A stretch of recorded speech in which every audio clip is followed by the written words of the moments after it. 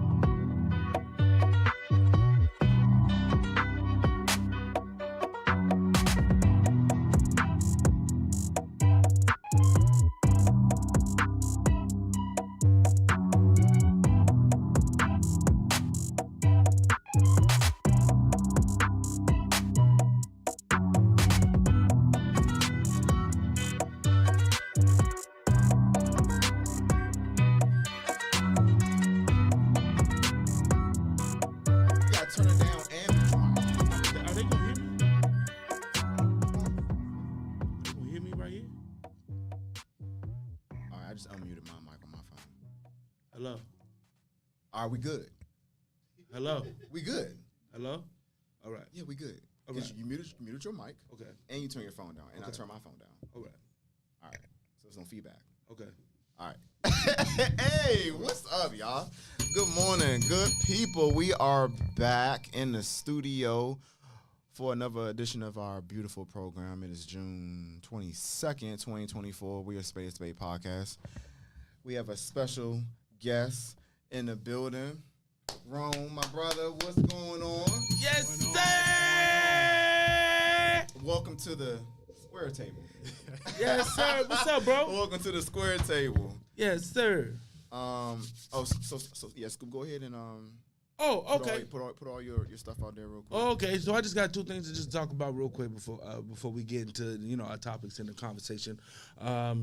It's Gemini. The first one is it's Gemini season, and my goodness, bro. yeah, it's Gemini season, and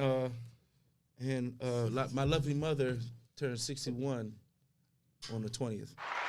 So I wanted to shout out my mom, and I would not even be here if it wasn't for my mother. That's all that matters. Ma, I love you dearly. Mm-hmm. You've been there for me since I was born.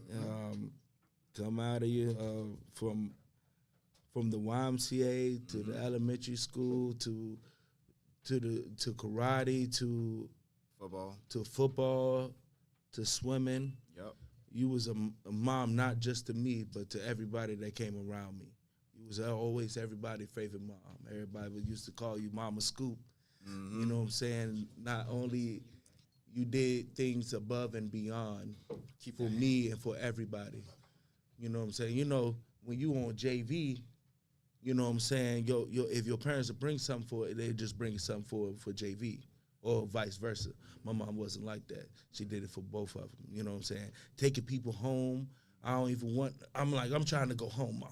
You know what I'm saying? I got homework to do. This after football practice, taking people home, but that was just like the person she is. And what you did for me and my sister and my nephew and to your sisters. She got 5 sisters, 2 brothers. Mm-hmm. You know what I'm saying? She a junior too, named after my grandma, and she was like a second mom to everybody. So, Mom, I appreciate you. I love you, and I hope you enjoyed your day. You know what I'm saying? I had to say that to my lovely mother. The second thing I want to get into is we had a couple battle rappers on the show. You know, and we had a nice amount of battle rappers on the show, and 2 of the battle rappers are battle rapping. Vito Cognac, which is my brother. Vito. You know what I'm saying? My motherfucking guy. And Rello. They getting at it. I think it's July 20th. King of the Hill card. It's a card for a fellow battle rapper, Hank Hill, that was really fired, that ended up passing away suddenly. My condolences to everybody, his family and all that. And they having Showtime Battle League Arena having a card.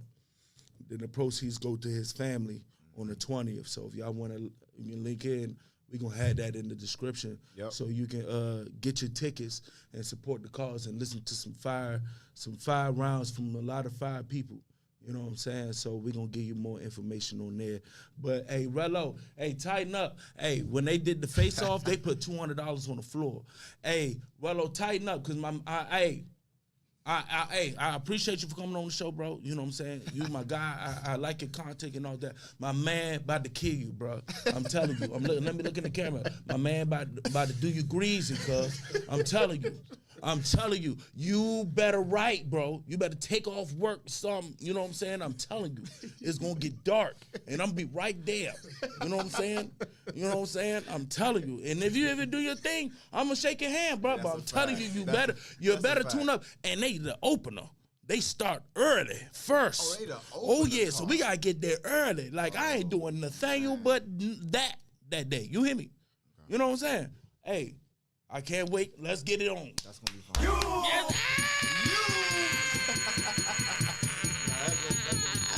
Yes, sir. I can't wait, boy. Hey, they both fired too. Hey, man. Hey, I know my man locked in. Rello, you better be locked in. All right, let's move on. All right. Ron, what's up, bro? What's going on? So, Yes, sir. for those who don't know who you are, introduce yourself give everyone some background on who you are, what you do, where you're from, that kind of thing. So, yeah, I'm not really good at talking about myself. So, Oh man. Give yourself your flowers, brother. Give yourself Hey, your flowers. listen. Hey, a great brother named Kitchen Lamar said sometimes you gotta pop out and show niggas. Hey, listen. You hear me? If you ain't gonna give yourself flowers, we gonna give you your flowers. That's a fact. That's before why the you on the is show. over. You hear me? Trust me. You gotta pop out. Trust me. and That's show why you niggas. here. Hey, man. so my name is Romeo White. I'm from Norfolk, Virginia. Grew up in a military family, so Navy brat. Oh, yeah. Moved around a lot of different people, a lot of different states that were, influential for me. After high school, graduating down in Norfolk, I went to North Carolina A&T, so Aggie Pride. Aggies. That's up. Yeah, so that's pretty much it for me. Okay. I mean, I'm active duty Air Force officer right now. Okay. Stationed down at Joint Base Andrews, where I'm the deputy mission support group commander. So definitely been great, almost 17 years now. Looking forward to retirement and moving on to that next career. Yeah, the irony of military. First of all, thank you for your service. Yeah. We'll talk because I couldn't do it. I served 8 years in the Navy, active duty. I'm originally from the area too, and 2 days ago would have been 13 years if I stayed on active duty. So speak to the lifestyle real quick in terms of how it shaped who you are. And even in terms of like your professional work, which we're gonna dive into after this, but just speak to like how the military lifestyle has shaped you to be like what you are currently. So flexibility, just growing up and moving so much and all over the place and meeting new friends everywhere you go. I think we moved a total of like 6 or 8 times. That's crazy. Yeah, so different elementary schools, different middle schools, different high schools, and in different areas of the country. So you kind of got to get used to a new lifestyle, a new group of people, the way that they talk. And one of the biggest things that like really touched me during this point in time was my mom. So she was, being a wife to a military member is it's a hard job. That's the hardest job in the world. It is a hard job. And then to have 3 boys on top of that, and my dad's deployed and gone and, overseas and Cuba, just all these different places, and she held it down. Right. So I feel you. When you talk about your mom, I definitely feel you. So just watching that, but also just watching the love between them, just the compassion between them, and just the care just really shaped me. So it didn't matter where we went. We always knew we had those 2. And they were going to hold it down. My dad was going to be the provider. My mom couldn't cook. So he was going to cook. He was going to provide. And then my mom was going to get that love and touch. See, balance. Balance, definitely.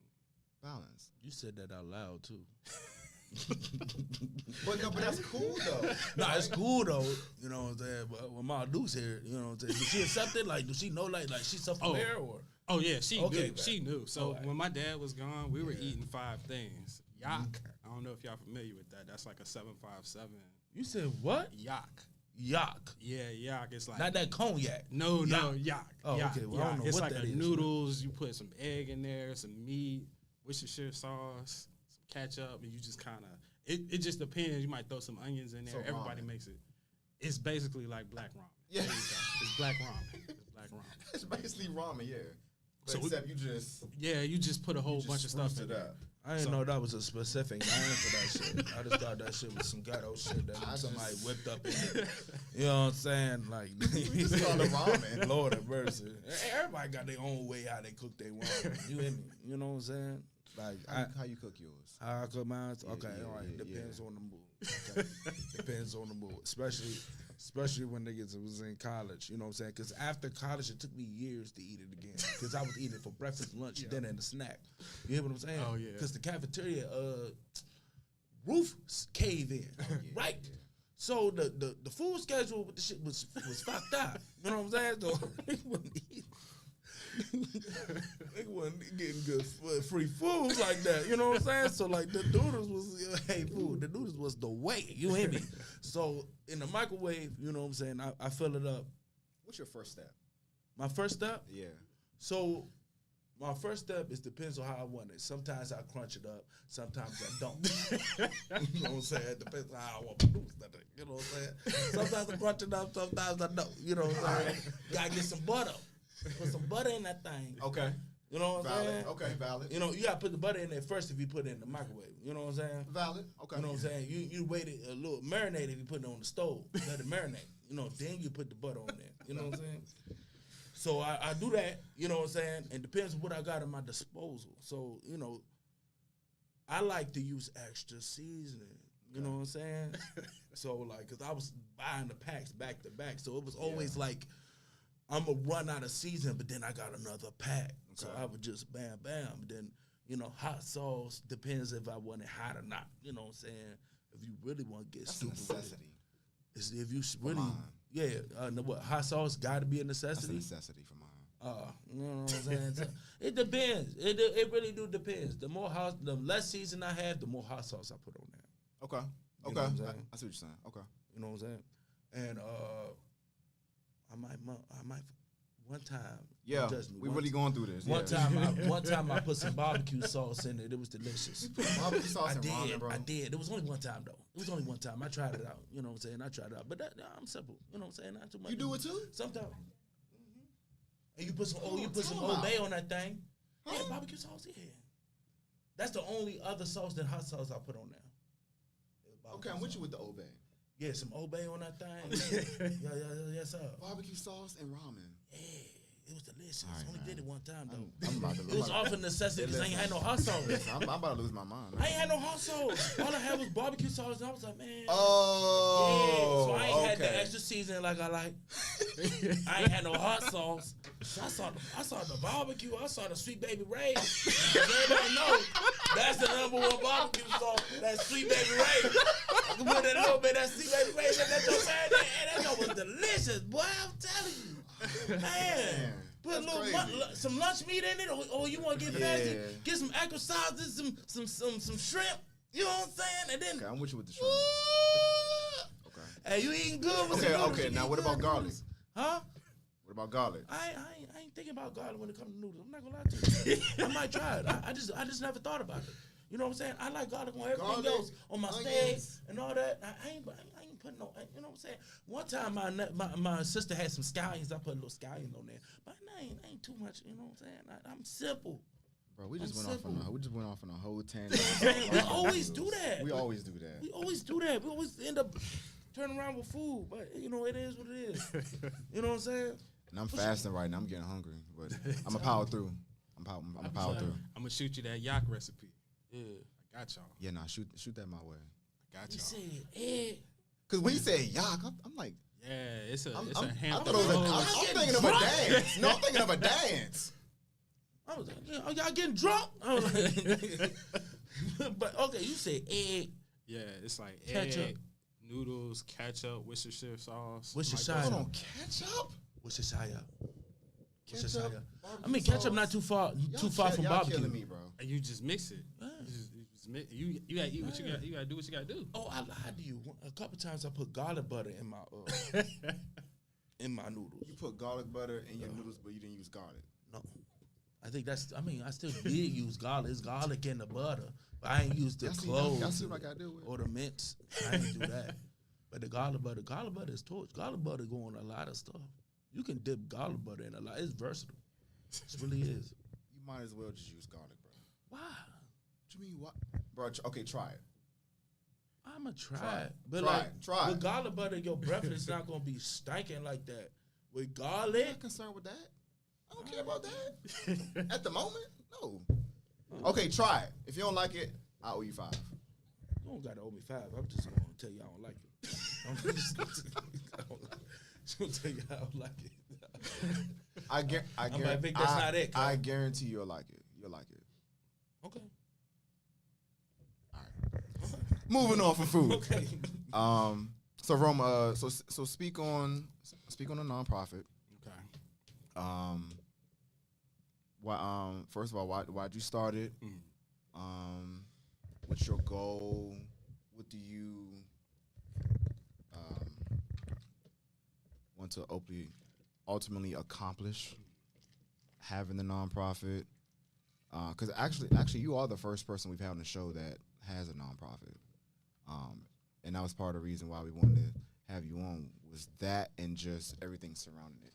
So touch on that real quick. So, again, growing up military lifestyle, there was also another uniqueness because my mom battled cancer since I was young. So there was points in times during elementary school where I spent more time at medical treatment facilities than actually at elementary school. And so my mom would do chemotherapy sometimes 4-6 months here and there, and every week, like if we were stationed in North Carolina, we used to have to drive all the way up here to Bethesda. Wow. Yeah. To at the time it was like the Naval Hospital. Yeah. At the time, National Medical Center. Yep. And so we would have to drive up. It'd be That's 1 week bro. on, 1 week off. She Yeah. would do her chemotherapy for that week. Then we would go back home and be right back that following week back up here. So being little, we thinking, oh, we're going on vacation, right? We in a Yeah. hotel, we eating food. We would see our mom come in. She would be really weak. And be quiet. My dad would be quiet, just taking care of her. Yeah. And so through the years, just seeing that. And when I got older and became a teenager, then it was kind of like, that's when I realized, like, what was going on. So I was down in Texas at the time, living in San Antonio. We got to go all the way back to Bethesda. No, so at that time, she was doing chemo down there. Okay. But at first, I didn't know what she was doing, right? So I was a football player, too. So normally, mom support. She would always be, I had played football since I was younger. My mom had always been on the sidelines. Sometimes if the shade wasn't the right way, she'd be on the other team sidelines yelling as I made a tackle, made a sack. And everybody over there, I can hear her, and I'm looking. She the only one yelling from that side. And so she's super supportive. And like I said, strong woman. And as a teenager, once I saw what was going on, I would find her not as engaged, right? So she stopped going to the football game. She would be sitting in the room in the dark by herself. So I didn't really know what was going on at the time. And then my dad told me that her cancer had came back. And it just got super aggressive at that point. So we left Texas. We moved to Virginia and moved back home to Virginia, to Norfolk. And that's where she wanted to be. So she's doing her chemotherapy. Talking to the mic. Sorry about that. So she's doing her chemotherapy treatments. And at that time, my two older brothers, they were already out of the house. And so my dad, he was still active duty military. He had to get up at 5 o'clock, go to work. So that left a lot of the taking care of her on me, a 16-year-old, 17-year-old, doing the things for my mom that my mom did for me not too long ago. So helping her with food, helping her wash clothes, just I would get up in the morning time before I went to school. I would make sure everything was situated so that way it would be in reach for her. And then when I got home from school, first thing I would do, go home, check on her, make sure she was good to go, fix her food, helped her walk. So the cancer she had was non-Hodgkin's lymphoma. And so it grew up her spinal cord. So she wasn't able to, she went from walking to needing a cane to a full-on wheelchair within a matter of months. Wow. And so as she battled, her walking came back, but then as she regressed, it went right back. Yeah, so it was hit or miss. So just growing up and seeing that, and then eventually her passing away, it just created like this void that I definitely felt, right? So going into it, like heading off to college, she was still battling. I saw the decline my freshman year of where it was going, where it was headed, and eventually that June 13th, so not too long ago, 2005, that's when she actually passed away. And I didn't have that moment to really, grieve, right? So probably 4 weeks after that, 5 weeks after she passed, that's when I found out I was going to become a dad. And so within a year of her dying, I became a dad. Full-time college student, full-time dad, working 2 jobs, doing ROTC. And I never had that, like, break to really, like, grieve. Because you hit survival mode, right? Yeah, absolutely, yeah. So in college, once I had my daughter, my plans kind of changed. So it went from being focused on something that I wanted to do to being focused on what's going to provide stability for her. And ROTC was that route, and becoming an officer in the military was that route because that's what I grew up with. And so, years pass, and I grew up in like a church environment, right? We were there every Sunday, every Wednesday, every Friday. My mom would come. She put the little oil on your forehead with the cross. Right before you wake, when you wake up, she and praying right over before you you. go to bed. Exactly. I tell about so.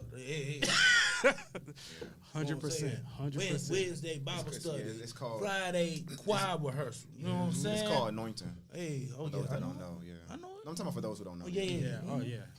We catch her praying over us and everything like that. Like just praying over Every us, praying over situation. the house. Yeah, just every situation. That's how we grew up. And then after losing her, I lost touch with that. Right? Because it just left me with more questions.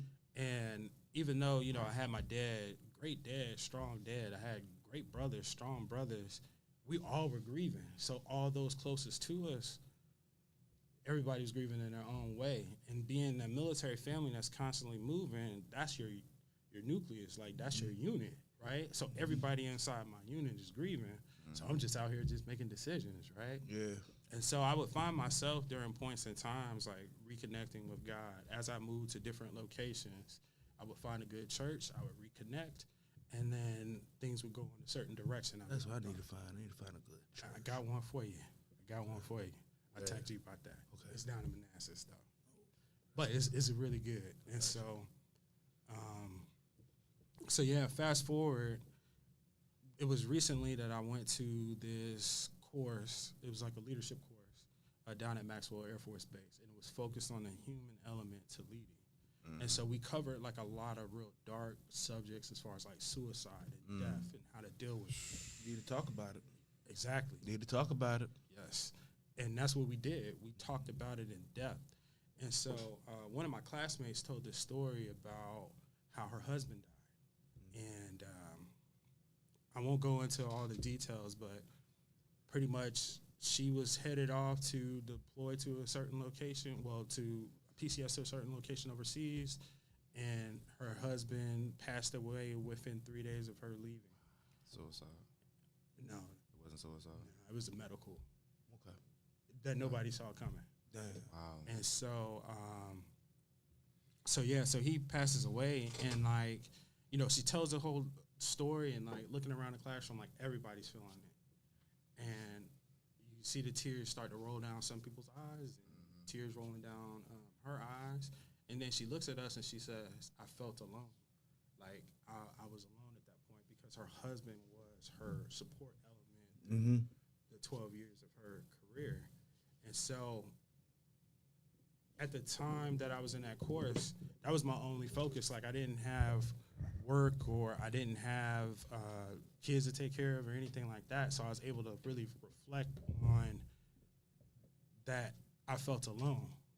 And when I sat there and I just reflected on it, like it was just like a rush of the past, like almost 20 years of just from my mom's death to becoming a father early to just different things you experience throughout the military.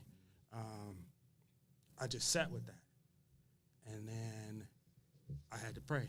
Yeah. So I started to pray. I got back out of that course, and then I started going to different churches to try to I knew the direction I wanted to go in, but I needed to feel that connection, get back in touch with the kingdom of God. Mhm. So eventually one of my mentors, Miss Jones, she was like, hey, I got this church that I want you to go to. Shout out Miss Jones. Yeah, definitely big ups to Miss Jones. You need a Miss Jones in your life. You do. You Everybody definitely does. do. I wish I had her 20 years ago. Right. When I lost my mom, to help fill that void, and so she connected me with this church. And as soon as I went in, it's a Living Word and Worship Ministries, and it's down in Manassas. Great pastor. Him and his wife pastor together. His son plays the drums, so it's a really family oriented place. And I walked in, and you just feel it. And so he was preaching that day, and I remember I went home and I just prayed. And I just prayed for everything, from my kids to, what's my direction. Yeah. And I was like, maybe 2:00 in the morning, I popped up. Light bulb came on. It came on.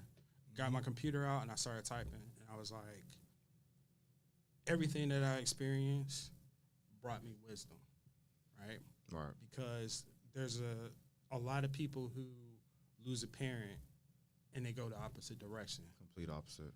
And there was opportunities for me to go in that opposite direction, but something kept me going. Whether that was me having my daughter or a friend just being like, hey, Yeah. just keep going.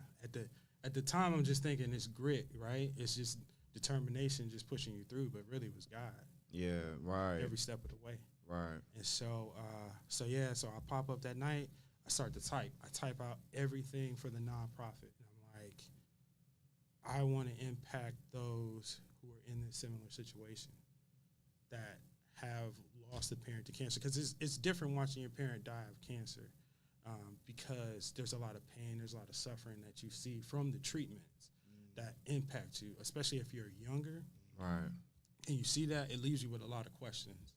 And so that's what pointed me in that direction of, hey, I want to impact those that experience this, and then use me as a guide as far as don't go that route.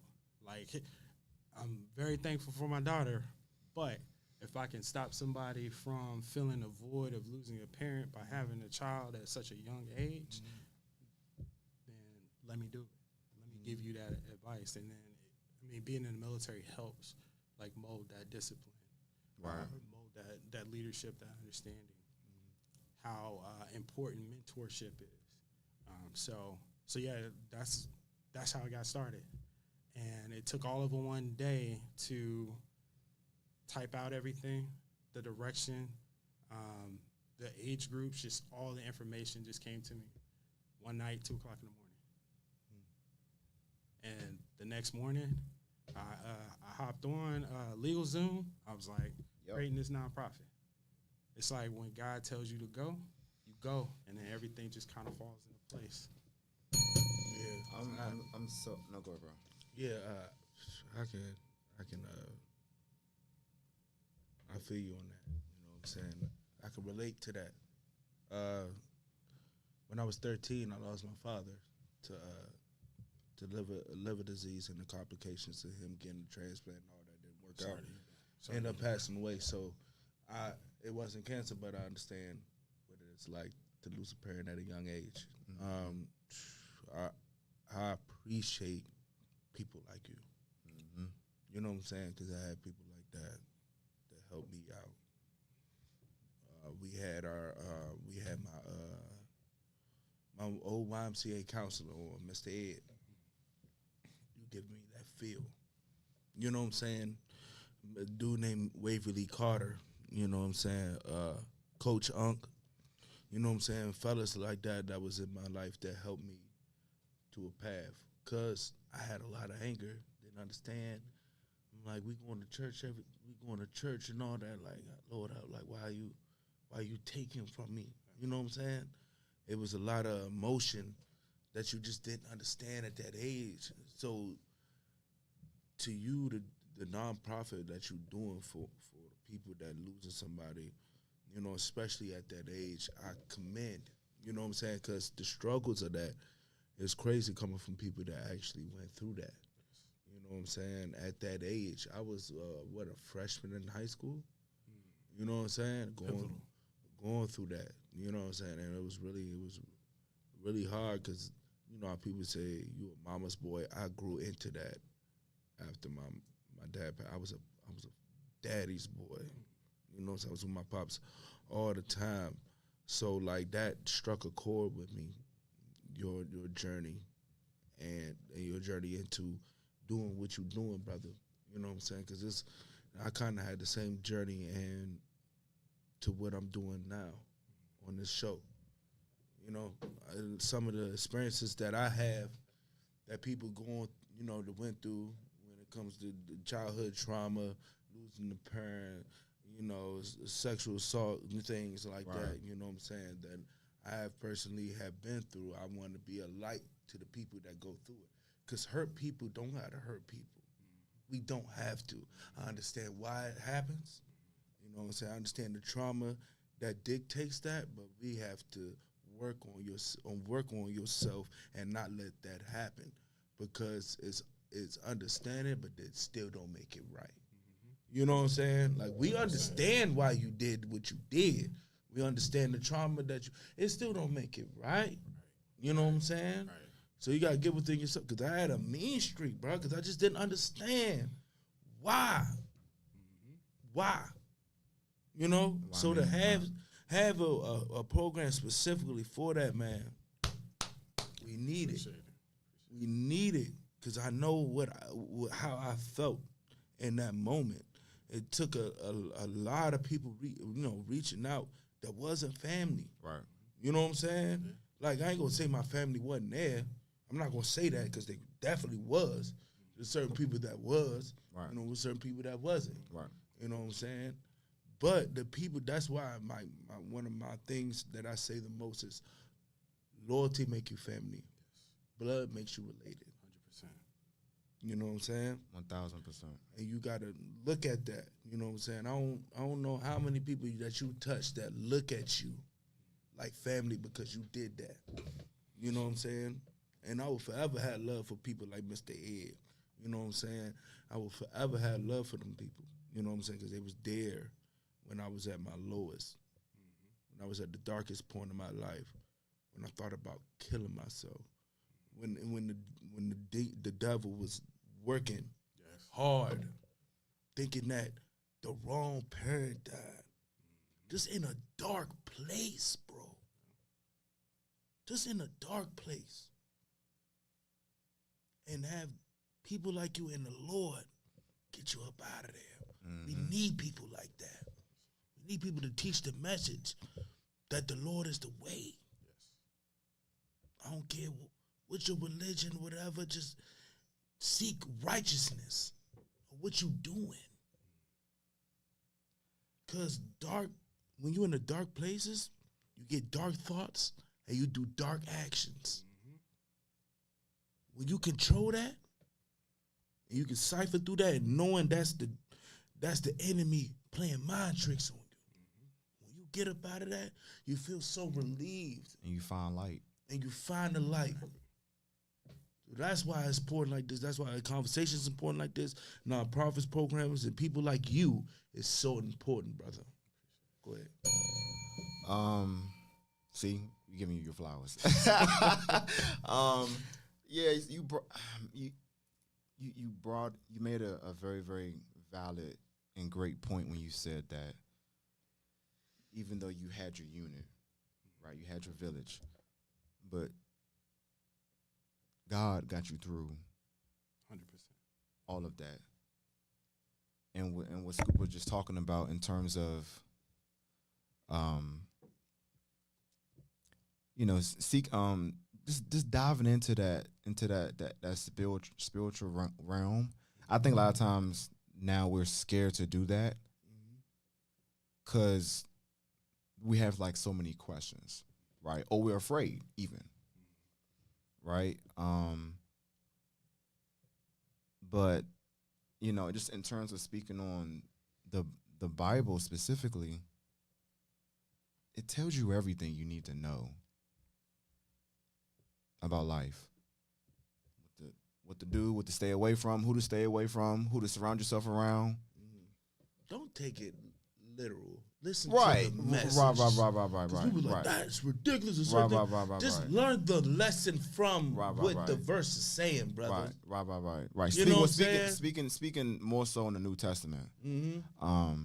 But I just think, and I said this last show, but like a lot of people are like stuck on trying to be cool and wanting to fit in. It's okay if you pray. It's okay if you go to church. It's okay to read your Bible if you're a Christian, right? If you want to be a Christian, it's okay. Just any religion, right? You know what I'm saying? It's okay to worship something bigger than yourself. And I think a lot of people right now, men and women, everywhere, across the world. I'm not even speaking from a national standpoint now. I'm talking global now. A lot of people are living their life doing whatever it is they want to do and think there's not going to be no consequence. And there's consequences for everything we do. Right? We may not live it immediately, but eventually it will come. That's a fact. Eventually it will come. And so that is why, and Scoop could tell you this, you know, anyone I've ever met in my life, I treat them the same way I treat the next person, right? Whether it's a janitor, whether it's the president, I'm not starstruck by nobody. Hey, people, yo, like when I be meeting new people, are you like this all the time? Yeah. Yes. That's crazy they got to ask you that question. Yes. Because, you know, I'm a fool. Yeah. I'm also a solid individual, too. Plump fool. So, yeah, so that could be a lot for people. No, that could be a lot for people. Right, yeah. No, real talk. Yeah. That could be a lot for people. Because they don't know. You know, are you a jackass or a good dude? Because I don't know. I don't know. You know? You know what I'm saying? That could be a lot for people. So, you know, I had to tell people all the time. I'm like, bro, if my mom was right here, it won't be no different, brother. You know what I'm saying? So, like, it's just, it's amazing how people, you know, don't feel that. You know what I'm saying? Like, hey, look, you just a person just like I am. You know what I'm saying? Now, don't get me wrong. You know what I'm saying? If I admire a person, you know, I'm like, damn, this really you in front of me. You know what I'm saying? Like I did with Jason, bro. With IDK, bro. We went to school with that man. I never thought I would be starstruck. I'm a dude we went to school with. I didn't know him in Duval. And didn't end up knowing his music. And I found out he went to Duval. And I'm like, dude, like your music is therapy, bro. You know what I'm saying? Like when you meet certain people, you're like, damn, bro, like you had like I admire you. Like certain things that I do is from listening or whatever you do, inspiring me. You know what I'm saying? So it's not wrong, you know what I'm saying? But you know what I'm saying? We ain't gonna treat you like a god, but you know what I'm saying? But you a good person that I admire. You know what I'm saying? Like we doing on this show, we give you people flowers. Like I admire what you're doing. I admire what you're doing, brother. Right. You know what I'm saying? I appreciate that. You know what I'm saying? And then far as like another thing I want to say is a lot of people use the Lord or whatever their higher power is as an emergency brake instead of a steering wheel. Yeah. As a guide. Right. But you're supposed to guide you through the worldly ways of this world. You know what I'm saying? Not you just going about your own way and then as soon as something happens, Jesus! Right. You know what I'm saying? Now go ahead and get into it. Jesus! I know you got an example. You know what I'm saying? To jump on your point, Yep. I felt the change when I stopped being the man the world wanted me to be and moved towards the man that God intended me to be. That's when I felt and saw the change. That should be a T-shirt. And a lot of people, young people, don't understand that. You know, because we see the glitz and the glamour, right? Love social media, but there's a lot on social media that makes are you, gravitate towards that type of lifestyle? And it's really, once you stay within the righteousness of God, that's when doors are going to open that no man can ever close, right? That's when you'll get your path and you'll find your purpose. And so, what I said when Lauren was on the show a couple weeks ago, the story for all of us in this room, across the world, the story is already written on our life, right? Unfortunately, some people are going to die early, right? That's a part of their story. Some people are going to live a long time. That's a part of their story. It's already written.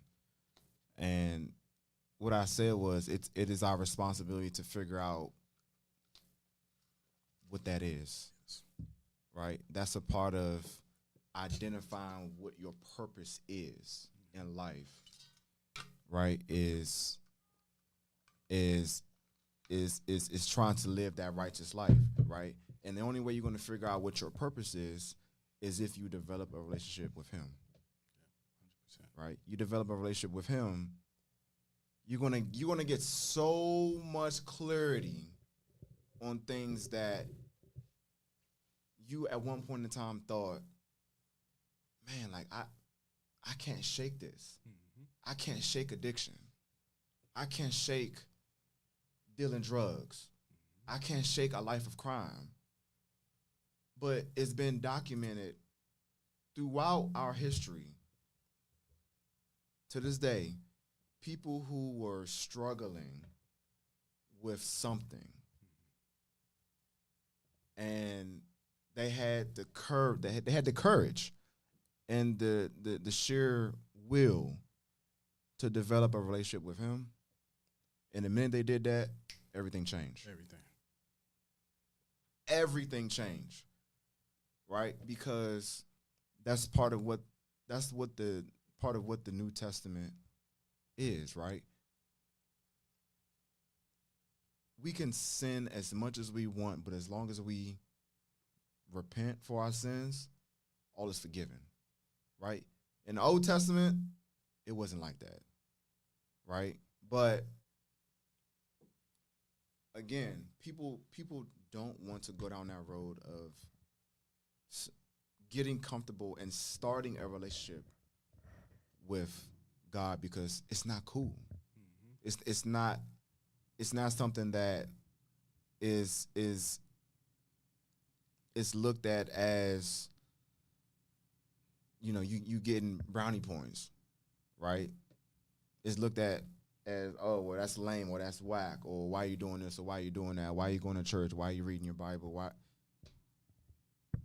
Because I want to figure out what my life's purpose is, right? Only way I'm going to figure out what my life's purpose is identifying and figure out how I should be living to get to that.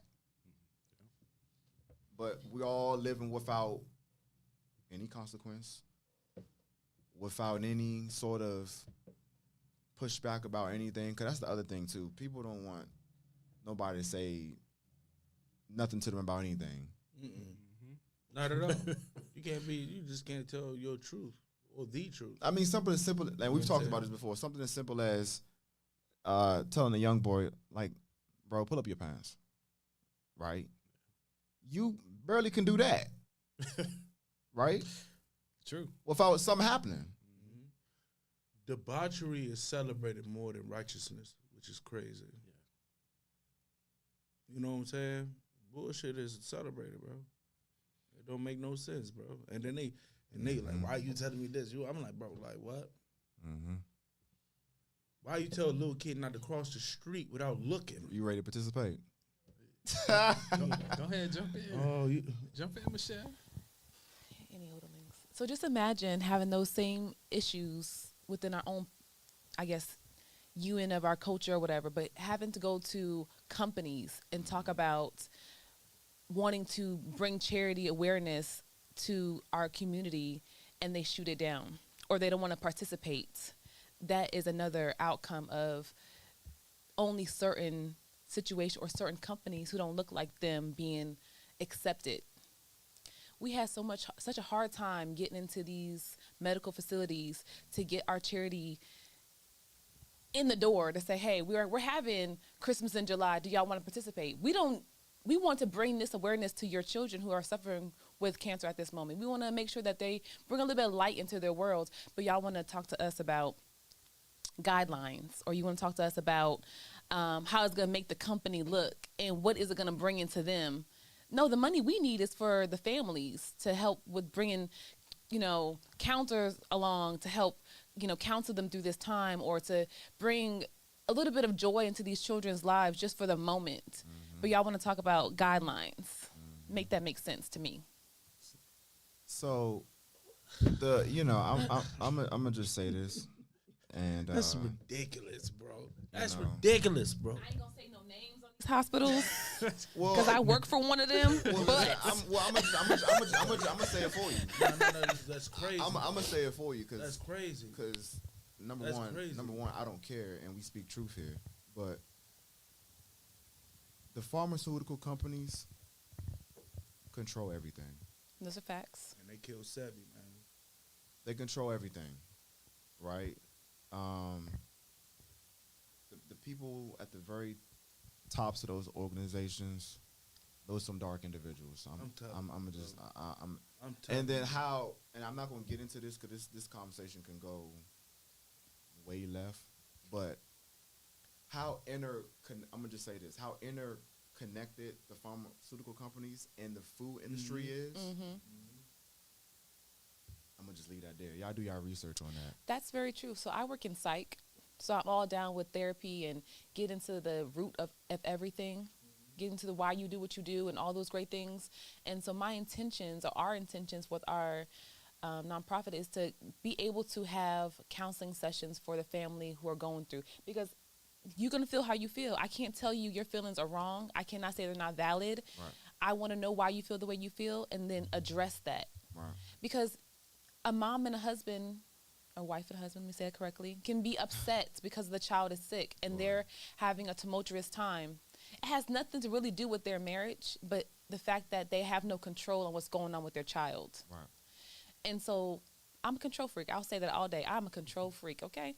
So if I had that situation, I will be highly upset because I will want to make sure that I'm protective of my child. Right. And if I cannot fix what's going on with them, just imagine that turmoil I will have. And then going to God and being like, hey, give me some kind of guidance, because my mind tells me to do the bad things to get this stuff done. You hear me? But guide me to the right way to handle this. Guide my tongue so I can speak to these people professionally versus at the side of my neck, which I really want to do. Because sometimes niceness does not go as far as we want to when it comes to the healthcare system. Sometimes you feel like you want to show your ass just a little bit. Yeah.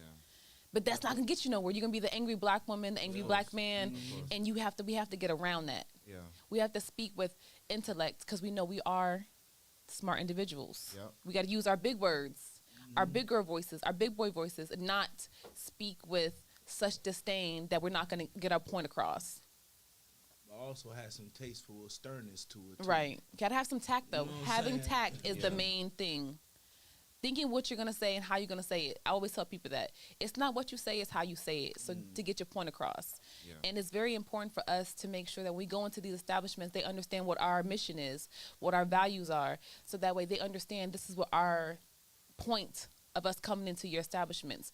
We want to make sure that we bring some light. And eventually, at some point, as we're growing, we're going to offer counseling sessions. We're going to offer therapy for these people, because that's not what's important when you go into the hospital. What's important is, we're going to give this treatment. Because, for example, my brother has stage 4 melanoma. He's had this since he was 30. He just turned 39 yesterday. If you see him today, you would never know he has cancer, besides he has Verlago. When I say stage 4, they gave him 6 months. 6 months, and he's been 9 years. Glory. But at the same time, it's all about mindset. It's all about how you change your diet. It's all how you do things, because right now, because his cancer came back in January, they want to do chemo and radiation. He told them, no, I want to stick to my autoimmune treatment because my cancer is autoimmune based. So I don't mind my color of my skin changing to a white man. He said, I don't care. Give me some spots.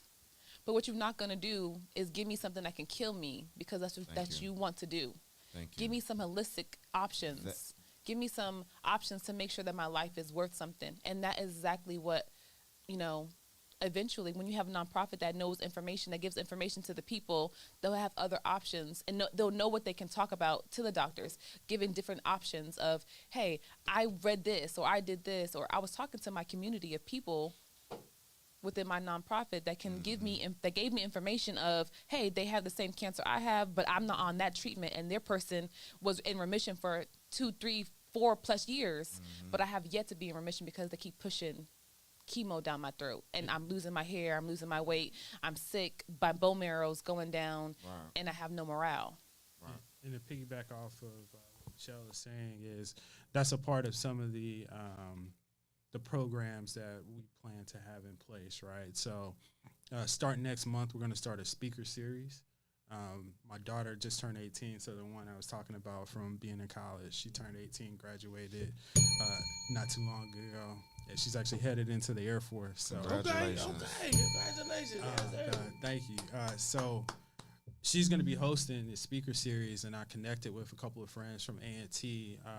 Her name's Uniqua, and she connected me with medical teams from oncology department. And so we're going to sit down with them, talk through the aspects of their job, and then the medical lens. And we're going to start with nurses, get doctors, dietitians, holistic wellness experts, and just bring it all to the platform and just put it out there for more information, not only for the teenagers and young adults, but just for the general audience. So that way, we're bringing that education to the masses. Wow. So be on the lookout for that. That's great. That's great. That's one trend on social media that's great. It's all the holistic people out there. You know what I'm saying? I told you about this. I talked about this a couple times. Because, at first you just like, what are they talking about? You know what I'm saying? But then you continue to hear it and you do your own research. You're like, whoa, you know what I'm saying? Like, this can actually help me. You know what I'm saying? I found out I was a diabetic 2 years ago. And I was like, 350? I was like 350. So I was like, man, but I was tired of taking all these pills, and I ain't like how I felt and all that. And then just continued to learn about sea moss. You know what I'm saying? Sea moss and black seed oil. There you go. Bardock food, root. And I was just like, man, let me try to get some of this and see how it feels. So I can not had to take the pills and all that, and man, it saved my life in 2 years. 2 years till like around this time, the summertime, I'm down to 285. So, you know what I'm saying, and I don't got to take a whole bunch of pills and none of that. So I feel that totally what you were saying. You know what I'm saying, but then to still see them having to go through guidelines and stuff like that on Instagram, and them trying to shut them down and stuff like that. And I'm like, bro, that's talking about fruit and stuff and natural stuff, and like, why are y'all shutting this down like it's negative? What are y'all doing? Saying it's false and all that. Did you look it up before you put that claim out there? Because all that they saying is facts. Right. But you just don't want it because you're in cahoots with who y'all was talking about. Man, I'm telling you, this shit is crazy. Greed is crazy. Right. There's no profit in health, huh? Ain't no profit in health. In the cure. It's all about money, right? Because these pharmaceutical companies, why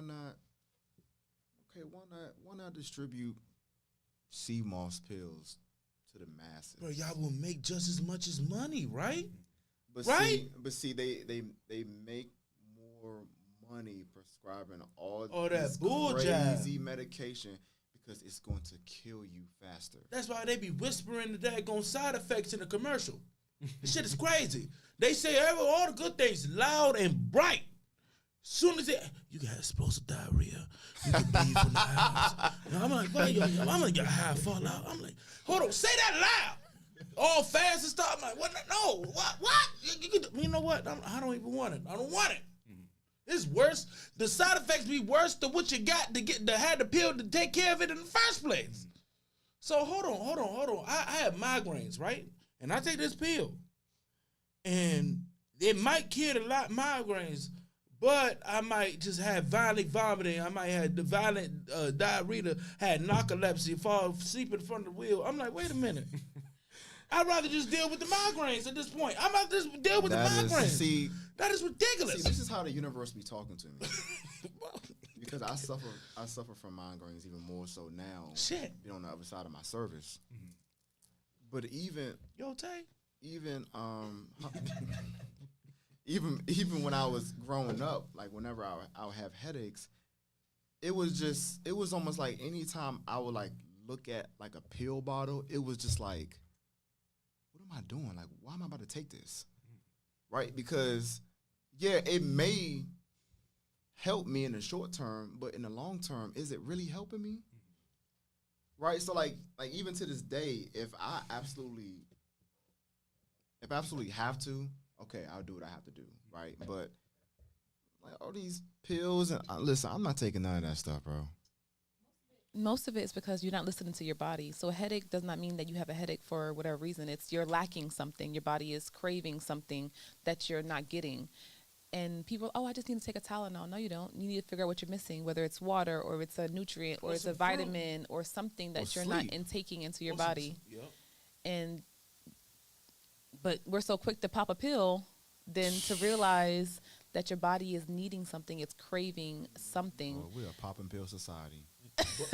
I think some oranges or something. Go ahead, brother. Oh no, I was gonna say, and I think that's why education is important, right? Mm-hmm. And that's why you got to put it out there and let people digest it and make decisions that they want to make. But you got to get it out there, and I don't think that, I know there's a lot on social media as far as like videos here and there, or Facebook. There might be a couple videos here and there, but sitting down with an expert from various fields across the country, across the world, and just putting it on one platform for people to digest is important. It's important. So, see, the work that you all are doing, the work that we're doing, as important as it is, and this is why like folks like all of us have to collaborate and essentially create our own stuff, because that stuff is not going to be popular right away. Mm-hmm. Right? It's not even going to go viral right away, right? That's a fact. Right? Because it's not negativity. Yeah, 100%. Right? This is all work to improve society. We pushing positivity. I like how you did that. I like how you did that. Yeah, I mean we are trying to and now I'm speaking on a global scale, right? Because I speak for our community all the time, because like I'm a black man, right? Like that's what my focus is on, is our community. Not just for first. Everybody though, because we love everybody. Right. No, I mean of course, right? But it's just our community lacks unity. Right. You know what I'm saying? So we gotta talk to our folks first, right, and hope y'all get it. We hope you catch it on cam. We hope you know what I'm saying. You hope we marinate it. But we talking to our people first, and then everybody is a message for everybody. But we talking to our people first. Go ahead. Mm-hmm. Yeah, I mean so a lot. Hey. so a lot of what we are all doing. You want to say, hey, that's cool. Collectively, and it's, of course, it's important, but we have to also have to understand too that, there's gonna be those days where those questions arise, like, man, like, am I really fit to be doing this, right? Because when you are pouring yourself into your brand, right? Pouring yourself into your profession, and you're not seeing the results right away, sometimes those questions can kind of creep in your head, like, all right, like, am I cut for this, right? That's a fact. You are cut for this. You just have to keep at it. You got to collaborate. You got to organize, right? Because we can't do none of this by ourselves. We can't. Right? And me and Scoop have talked about breaking bread with each other. as a community. Because the other communities do it all the time. Mm-hmm. Right? We have one very good example a few hundred miles down to the south, Atlanta. Right? Black folks down there, they break bread. Right? They work with each other. They collaborate. Right? And from a community-wide standpoint, we don't do that. Well, speaking of breaking bread, now we want to go to lindasway.org. Okay, we want to donate to our charity. Okay, let me just slide that on in there. So we're talking about breaking bread because we need it. Thank you very much. We make sure we put it in the You know, we gonna have a Christmas in July coming up, July 30th, and we need y'all's monies. Go ahead and flow that in there. Thank you. It might be a pay week, so I got you. It's all right. We also have the Amazon. You can do the little wish list we have. Go on and slide through because the children need things. The children need things. We're talking about breaking bread. Go on and give me that money, honey. Go ahead and give it. Honestly, let me look at my calendar. Hold on. Let me look at my handy dandy notebook. And while she's looking at that, so when we came up with the concept of the nonprofit, one of the things we wanted to get after was just the cancer community initiatives, right? And one day I was actually sitting down when you talked about Miss Jones, right? So I'm sitting down at the National Harbor and I'm watching the kids play. And she's a cancer survivor herself. And so we're just talking, discussing, and the kids are playing in the sand. And it's like, not all the kids have this opportunity. Not all the kids are going to be able to go on summer vacations and go to summer camps. They're going to be fighting, right? And for those family members, from my standpoint as well, having experienced that, you're right there with them, so you're not really having that enjoyment. You're not able to travel because you're right there next to whoever is going through it. And so we wanted to bring some joy to those families and to those kids. And so growing up, we used to have this. ABC used to run this event called like Christmas in July, where they play all the Christmas movies and shows and stuff. And so it was just like, hey, let's put this together. You use the same concept, but it's something. Yep, use the same concept. Yes, sir. And so I approached a couple of hospitals, and us being a new nonprofit, they were like, nah, like, we're good. And it just so happens, you talk about God, right? So, I'm praying, and then I go to a health fair with Inova, put on this cancer screening and health fair. And that's one of the initiatives that we're planning to get after here in the fall for the Southern Maryland area, where there's not any cancer screening facilities down there. And so I was like, let me go and learn more about it. I prayed about it. So I go down there and I just start talking to people. And I was like, yeah, I had this idea. I'm talking to staff. And it just so happens I talked to one of the directors down there. And they're like, oh, that's a good idea. We would want that. And I was like, oh, who are you? And then she's like, no, I'm one of the directors. Like, take this email address, send this email, and then it just started from there. So Inova came on really fast, and they were like, whatever you need to put this together. Inova is huge. Yeah, it was great. And so it's been a great relationship. Then I reached out to the university. Perseverance, man. You just got to keep fighting. Key word. Because that's what God wants. That's the topic, man. That's the key word, perseverance. We talked about it throughout it without having saying the word, but to go through that and just to keep going through it until you knock that door down. That's the key word we gotta have. Perseverance. That's the other meaning of push a P. Yeah.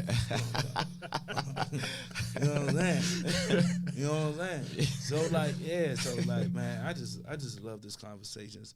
I love what y'all doing, man, because it's much appreciated. It's much, it's just needed. It's needed. And fuck the powers that be. You know what I'm saying? Love going outshine all. Oh, yeah. You know what I'm saying? Love going outshine all. Love always gonna You hear conquer me? evil, bro. You hear me? Out of all the Always. pushback, they still do got the fact that it's still a trend to see people helping people natural, healthy way. Just trying to get the stay away from the big pharmaceutical to treat our diseases and what we need naturally from what the Lord supplied it for us. It's just wonderful, man. It's just a wonderful From the thing, earth. and I appreciate it. Yeah, From the earth, yeah. I just appreciate it. because it's much needed. Because it helped save my life, bro.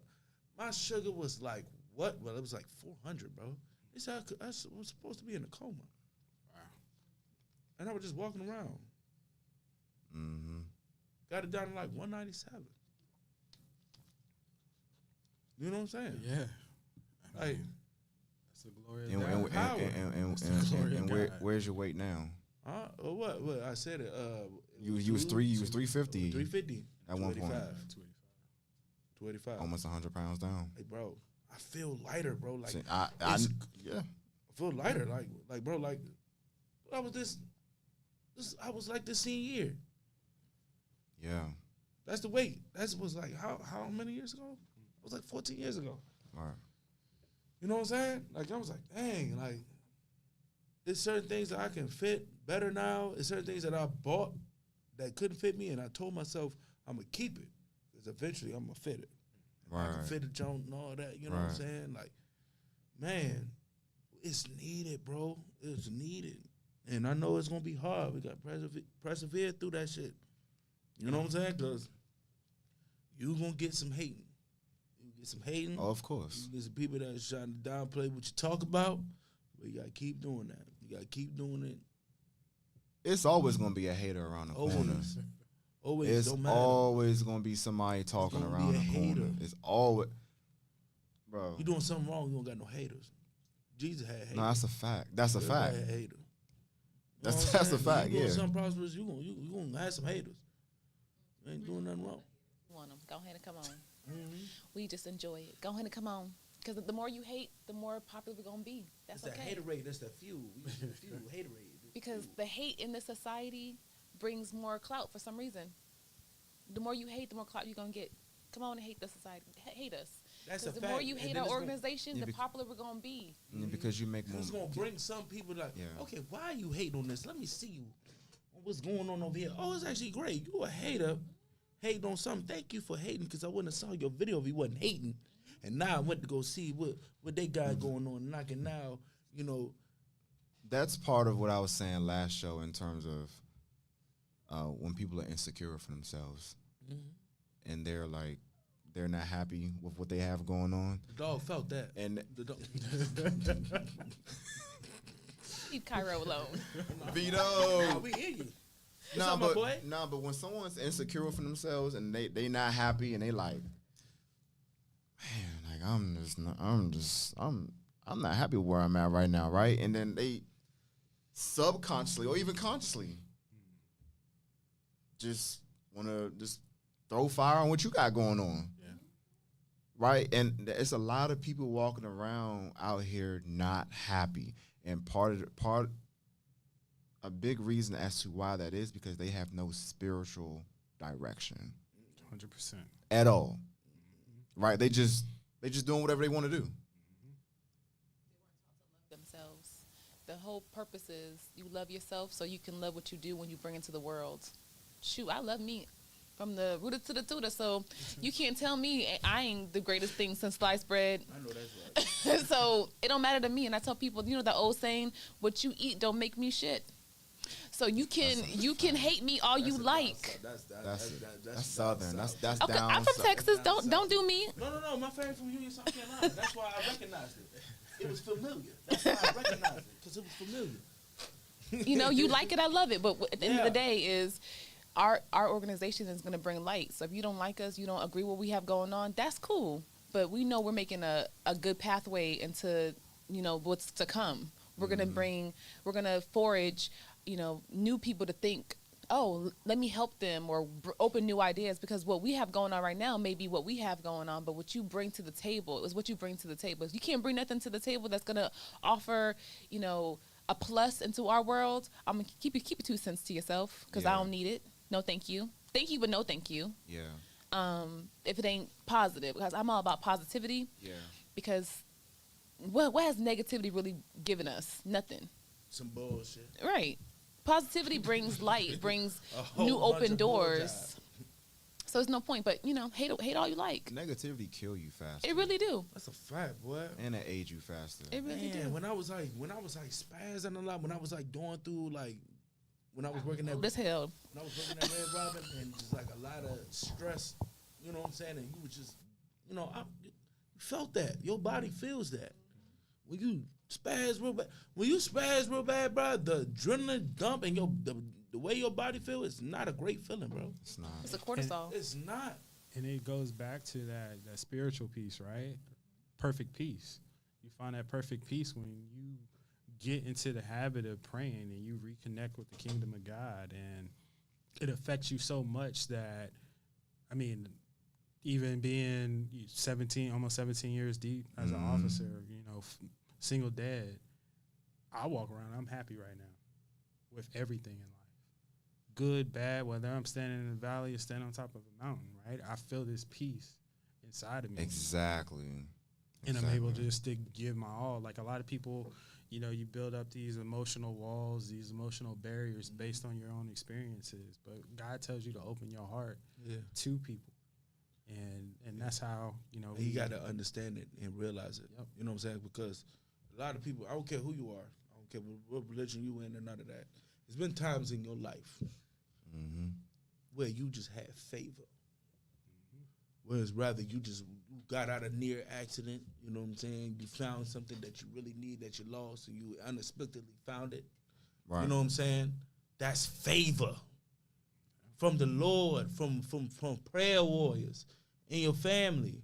There's been times and nights when I was doing some stuff, you know what I'm saying? And it didn't go down like I was supposed to went down. You know what I'm saying? Not to have too many details in it. You hear me? But to walk out of that, that's favor. Yes. That's favor from the Lord, from prayer. That's favor. Sometimes your inner thoughts, that's the Lord, man, in your own voice. Because you're going to listen to what was something that relates to you. And you're going to relate to your own voice. That's why you won't hear, when God speaks to you, you won't hear like, my son. You hear you. Because you're going to relate to it. Your consciousness sometimes, that's the Lord. Certain things that, hey, I'm just not going to do that. And then something happened. You were like, well, if I would have went there, that would have happened. Right. That's not an accident. Yeah. Coincidence no. It's the Lord's will. You know what I'm saying? Mm-hmm. And just people just think that, it's luck. It's not. Yeah. It's not. No. It's favor. Yes. It's favor. You know what I'm saying? We got to recognize that. People don't recognize it. It's hard to recognize something that you can't relate to or is foreign. It's hard. It's hard. To go back to me and my brother, my little brother that we had on the show, D Love. He didn't really grow up on, from his words, true love. And he said he learned that and found that in me. He met me. And I'm like, well, a lot of people can't do that. You know what I'm saying? He wasn't able to recognize, I wasn't able to be a blessing in his life like he was a blessing into my life. You know what I'm saying? It's hard. There's just certain people they can't relate to it. They don't know what it is. And they just strict it up a luck and coincidences and stuff like that. You know what I'm saying?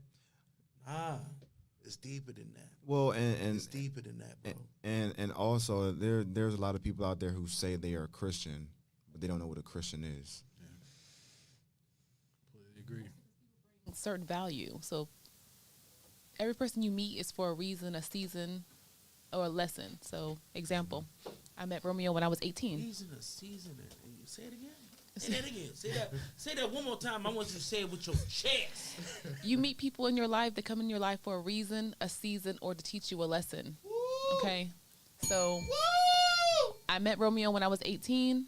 We've been friends ever since. I know that's right. I'm 35 now. So, we've been friends for a long-ass time. Yeah. We can be friends, goddamn. We can be friends. We can be friends. Look at that. He get on my last nerves, but I know he, that. you know. My My friends is girls nerds too. You know. No, you But know see, he brought when he brought this nonprofit to my attention, it was like it was meant to be because I had just transitioned into psychology, and he kind of brought this to my attention, and I'm still going through that with my brother who has cancer. So it was like, okay, it was meant to be. It was something that gave me outlet to kind of bring awareness to something that I had been personally going through in my world. So it was great. I wanted to give my expertise in psychology, and he was giving me more insight as far as what his intentions were as far as coming out to the community, what we were going to bring to the community. And that was great for me because, like I said, everyone comes in your life for a reason. Although we had not been speaking for a while, we once we get back into the swing of our friendship, it's like we never missed a beat. So I think people need to understand that when people come into your world, it's for a reason. And it's to teach you something, to bring something into your enlightenment. And so God may have told me that I needed him back into my life to show me a new path. And that's exactly where I'm going. See, We all need that. you know, first of all, the people that I've come across that are no longer an active part of my life or in my life, I don't have any hate towards those people. No. Maybe one. I don't even have any. Maybe one. I'm sorry. Not even that one you thinking about. Oh, I'm talking about personally myself. Though. Oh. You ever think about the lesson they taught you on why they're no longer in your world? That's a fact. You grow out of people. You grow out of people. You grow into different environments. And sometimes when you grow, people don't come with you. And you learn that they were hating on you the whole time because they did not want your growth to come about. That's a fact. But and also the reason why I don't have any. We need an organ in here. The reason why I don't have any hate or disdain What's up, my boy? for those people is because I forgave myself. Yeah, you got to. Yes. You got to. Right? Because a lot of people, when things go wrong, they want closure. I don't need any closure from you. I had to learn. I don't need any closure all the time. because my closure is me forgiving myself for dealing with you. Closure is better than closure that anyone else can give to you because at the end of the day, the only opinion you really care about is the opinion you have of yourself, right? So how you feel about yourself, how you view yourself, that's most important. That's a fact. And It so can't help, though. I'm not going to lie. It can't help, though. it can only help if you in require certain- it. Yes. It provides clarity. Right. So That's what it did. if when you're talking to yourself, and I believe this, I 360 situations. I talk to myself all day. When Michelle and I get to our own conclusions, you may be SOL at the end of that. Okay. How do you talk to yourself? So it's don't do me. don't do me now. So I talk to myself. I gotta ask. I talk to myself in the sense of, am I tripping though? Depending on the situation, am I tripping? Was I upset for no reason? Could I have handled the situation better? Right? Could I have handled it more mature, or should I have showed my ass for real? You know what I mean? So it all depends on what you come with. And if you talk to yourself and you 360 the situation, it's always best to do that rather than having immediate action. Because sometimes those immediate actions you will have regret on because you'll be like, dang, I shouldn't have done that. I shouldn't have said that. I meant what I said. Now, don't get me wrong. Yeah. When I say something, I mean what I say, and I'm not going to take that back. And if I apologize to you, it's how my delivery was, not what I said because I meant that with my chest, okay? So, Romeo, have I always been like that? I've always been like that. I felt that. But, like, you need them people, though. All three that you said, the people that teach you lessons, the teach you, the people were there for a reason and for a season. For the season, they whatever phase you in. You know what I'm saying? They either extend the fun of it, or extend it so much you end up learning a lesson from it. You know what I'm saying? And then people you learn lessons from. It's a wise person said, learn from other people's mistakes, not your own. You can have somebody just around you and all that, and they just did some bull jive. Yeah. That you was probably thinking about, or probably about to head into a situation that you might have to deal with that. Right. And you see that, you was like, oh, Right. I saw that. Yeah. I ain't gonna go down that path. I'm good, brother. Thank you for that. Thank you for fucking up in front of me, so I can see that. So I don't gotta go through that. You know what I'm saying? That people for a reason, they're there for a reason. Sometimes it don't have to be a good reason either. You know what I'm saying? Oh yeah, they a snake. Go back. You know what I'm saying? Go back to my ex. I'm so glad I went through that, bro. I'm so glad I went through that. Because now, as me growing to my age, I don't have to make that same mistake no more. If I wouldn't have made that mistake, bro, and still had, that in me, and had to go through it at 30, instead of that I went through it at 26, that would have hit more harder than it did back then. You know what I'm saying? So I'm glad I got that out the way. I got that bullshit out the way. That mentality, ignoring red flags and shit. You know what I'm saying? Nah, I'm 30. I said, no, I see the bullshit. I'm going this way. Yeah. I'm fucking with it. And I think that goes back to the reflection and lessons learned and mentorship, right? Yes, sir. So when you sit back and you reflect on those hard situations, those difficult situations, or the people that have come in and out of your life, and there's lessons learned. And then in turn, you take those lessons learned and you pass that on. So that 20-year-old that you come across that looks up to you, you can give them that information and not have them make that same mistake because you don't know what path it's going to take them on. Right. So, because they may make that same mistake and may not fare as well as you did. Exactly. Right. That might be the end of them. Yeah. Yes. Yeah. Honestly. Sometimes you don't survive when the shit hit the fan. Right. So I be telling them, little youngest when they be doing foolishness out in the street, yo, for me, I'm glad that I just got my ass whipped. You know what I'm saying? Right. I ain't when the shit hit the fan, I just got an ass whooping. Some people don't survive. Some people in the jail for the rest of their life or for a long period of their life. Right. You know what I'm saying? You can't roll the dice like that, Slim. Right. You can't. Right. Because you don't know if it's gonna go down that way. That all it took me an ass whooping and I was done. When you got 10 plus people on you, because you did some bull jobs that one amen, that make you think about things. Like, Lord, if I get out of this, I'm telling you, shit gonna be different. It's going to be different. You know what I'm saying? Because like you can't keep going through all this. When you give out, whatever you bring out to the world, it's gonna come back to you. It's going to come back to That's you. your testimony. It's going to come back to you. 1,000%. You know what I'm saying? I'm glad I went through that young, bro. Certain things that I went through young. So now I got that game where I don't got to go through that as a younger. We seen people older than us going through the same thing, man. And you know what's crazy? We still young. Yeah. I'm talking about like super young though. Right. You know what I'm saying? 30, yeah. 30, you a young grown ass man. You know what I'm saying? Mm-hmm. You still a grown ass man, but you young though. But you a grown ass man though. It's just certain things. It says certain things you got to be at your life when you're 30, even though we still young, comparatively. You know what I'm saying? Right. It's just certain things you just can't be doing no more. That we seen grandpas still going through it. Like, what are we doing? Right. Come on, man. I want people that are listening into, because I want to go back to when you mentioned that people are here for a reason in your life. I want people to think about the folks surrounding them right now in their life. And what do they bring to it? What your world. value There do we they go. What bring value? to your life? Good. Because there are people who are in your life who are stuck with you for life, like stuck, right? What you mean by that? What you mean by that? Should they be stuck with you is the question. Yes, and what I mean by that is, so for example, him right here across from me, he's stuck with me for life. Because he brings value to your world. Right. Okay, a positive value. Right. So basically, so what I mean by that is,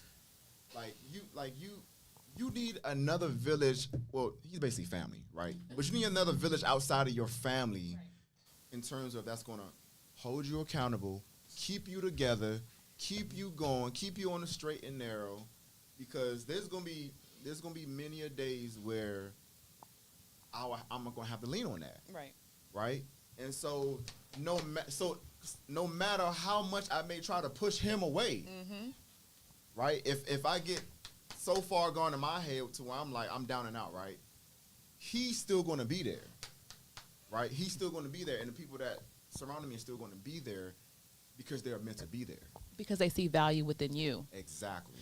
So it goes both ways. When you have value within yourself and the people around you, they're always going to come around. Whether you need a moment to yourself and you need to retreat, they're not going to take that as a personal dig. They're going to be like, all right, I'm going to check on you, but I'm gonna let you have your peace. Right. Exactly. If they take that personally, it's because they did something dirty about you and then they thought you found out about it. That's how I see that. If I step away from you and it's not because of you, it's onto me and my own personal stuff, but you take that personal, it's because you doing me dirty in the background and you think that I found out. That's what that is. That's your own self-preservation kicking your ass because now you feel guilty. Right. No, that's a good point, Michelle, because there are times where you might have to separate temporarily from that person. That's a fact.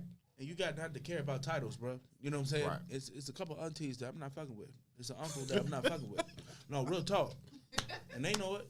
You know what I'm saying? And it's just like, bro, like I gotta love you from a distance, bro. You know what I'm saying? It's some brothers that I don't fuck with. You know what I'm saying? Like, yeah, bro, I love you, bro. I love you, bro. Mm-hmm. But I can't do it. I can't do it. When you put me in certain predicaments, I'm just gonna be honest. And I said it on the show, and I'm gonna be honest again. I don't give a fuck. This is my truth. You know what I'm saying? When you put me in a predicament where, bro, not to poo-poo on my brother, you know what I'm saying? 'Cause I still love him to death. But, like, to be a godfather, to be appointed to a godfather, and I'm in your kid life and you're not, that's crazy. And he like, bro, you still my brother, bro. I can't do it. right. Can't do it. Auntie, I love you. You want some bullshit. Uncle, I love you. You want some bullshit. I can't. You got to ignore titles. You got to understand the actions. The actions. You know what I'm saying? Because, hey, growing up is, family is family. Oh, that's just family. Oh, that's just family. No, that's a relative right now. We just related right now because she on some bull jive. He on some bull jive. That's a fact. Yeah. That's what I'm getting that tattoo culture. Blood makes you related. Loyalty make you family. I'm getting that on the chest. That's a fact. It all comes down to boundaries, though. That's a fact. Boundaries. So I might get my little psych degree here. So boundaries are very important. Boundaries. They're healthy boundaries. That means that what you will accept, what you won't accept, what you will allow, won't allow, right? So it all goes down to that, right?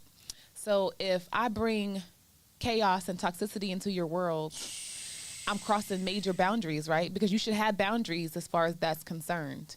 If I know that you're going through things and, I like to bring a little drama to your world and that's just us, but to you equate my drama and my toxicity to love, that means you have your own inner demons that we now need to fix because that does not equal to love. That does not equal to acceptance.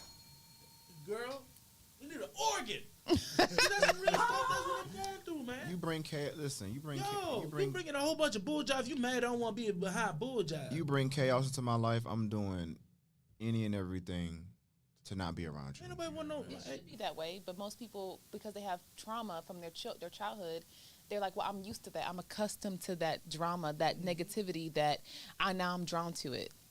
Right. She loved me because she do me this dirty. Oh, she loved me because she burnt my car down. She loved me because she ripped up all my Jordans. She loved me. And another thing that people do that pisses me off is the fact that, and it kind of correlate. It kind of correlate to what people saying about the Kendrick and Drake. Why Kendrick going at him because he put him on his tour? Why the fuck do I have to just wash away whatever foolishness somebody did to me, or I don't like what they're doing because they doing something wrong because they did something for me? Why? Mm-hmm. Why? So I'm just supposed to ignore all the bullshit because you helped me pay rent 1 month and I paid you back, but you did that for me, so I can take whatever bullshit that you got.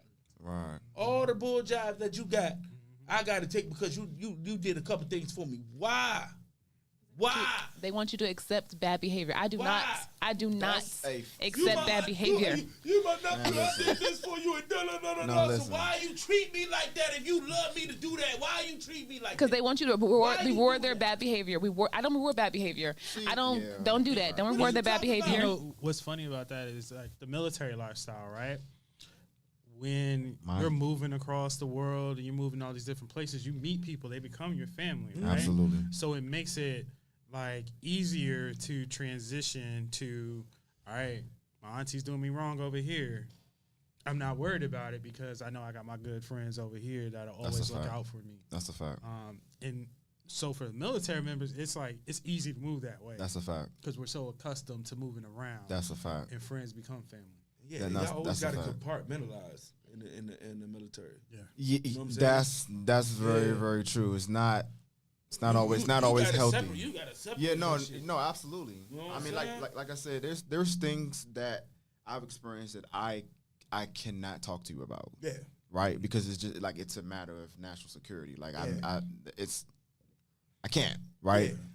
You know, but going back to the relationship piece, you know, rewarding. See, people sometimes don't understand that there's a cause and effect for everything, right? That's a fact, bro. Right. And as a big dude, I know that for a Because fact. if you're supposed to be my person, right, and you're bringing chaos into my life, right? Because, and I said this last show, because you're lacking in something, you're insecure about something, That's a fact. right? And here I come, I'm trying to show you a different way as to how a man is, right? And you're not used to that, right? Because you're used to all this other stuff. Well, don't flip the narrative and make it seem like I'm off base. Nah, you off base because you feel like you don't measure up to what I'm bringing to the table, to what I am. And that,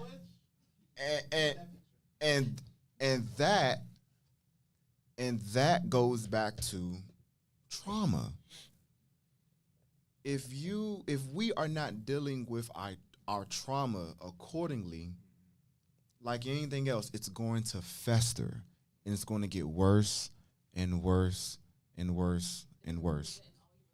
It's going to present in your work relationship. It's going to present in your romantic relationships. It's going to present in every part of your life. And when you realize, oh, why does everyone think I'm the bad person? Why am I always the bad guy? It's because you are the bad guy. Because if you're in every You are the situation, villain. yeah, because if you think about it, when you're in the situation and you're constantly in the same situation over and over again, the same common denominator is you. You are the common denominator, so that means you are that negative trait. So until you start to love yourself and know your worth and know what your requirements are, you're going to continue to drag people through your mud because you don't know how to get to your green light. So if you can't get there, you're going to continue to bring bullshit to everybody. And connecting that back to the nonprofit, Right. that's a part of why Exactly. the mentorship is so important. Exactly. Come together. Exactly. Exactly. Because you need that, right? You go through that trauma, it leaves you with so many questions about who you are.